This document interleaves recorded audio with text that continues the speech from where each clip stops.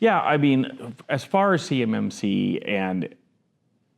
getting overwhelmed, that's completely understandable. I think the big thing is understanding the scope, and I think a lot of companies go into it thinking that they have to boil the whole ocean in one swipe, and they got to cover everything. But if you have a good strategy as far as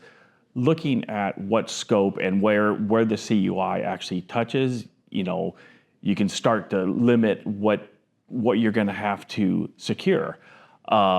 And that's one spot that we do a lot of is as far as helping coming in and do a scoping workshop, and then after that, just the fear of, well, how do we keep up with this? And VSO, we've been doing this for years, and even before CMMC, just ensuring that CUI is secure, and that enclaves don't get off the rails. We make sure that every day we look at it, and every day we're concentrating on ensuring that the systems are up to date and the systems are secure. So, a lot of onus can come back to VSO as a partner, but as far as the onset and understanding things and knowing that there's this deadline of this year, you're going to have to be CMMC compliant is a big thing. But if you look at the full scope of things and you start to really look at your systems, there is a lot of ways that you can control that and ensure that you don't have to have your entire IT infrastructure covered within the CMMC realm. So that I think that's probably the biggest piece as far as the overwhelm, how people are overwhelmed by it, and there's a lot of times that groups will get into things and they'll look at it and they think, oh my gosh, I got to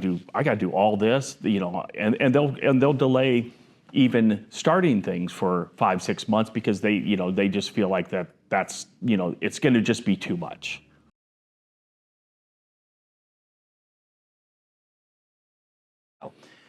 This is very similar to the other answer. The biggest myth is that you have to have your entire IT infrastructure covered,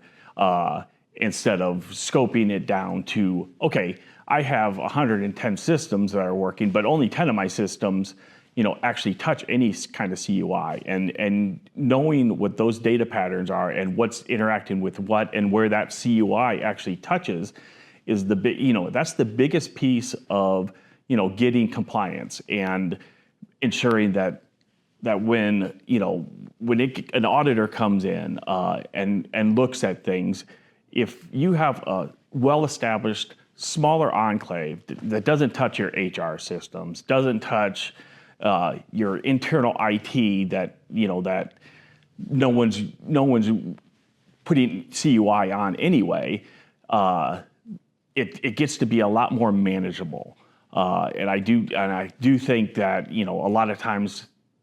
companies look at things and look at their environments and they don't understand where that CUI and that data flow and what touches that CUI. So whenever it comes to any kind of unclassified information within an environment, you got to know what actually can see that, and so that's where we can come in as well and really provide a lot of guidance on, okay, this is how I build an enclave, and this is how I ensure that inside that enclave I am controlling any kind of CUI within my environment, and making sure that when all is said and done and somebody comes in to do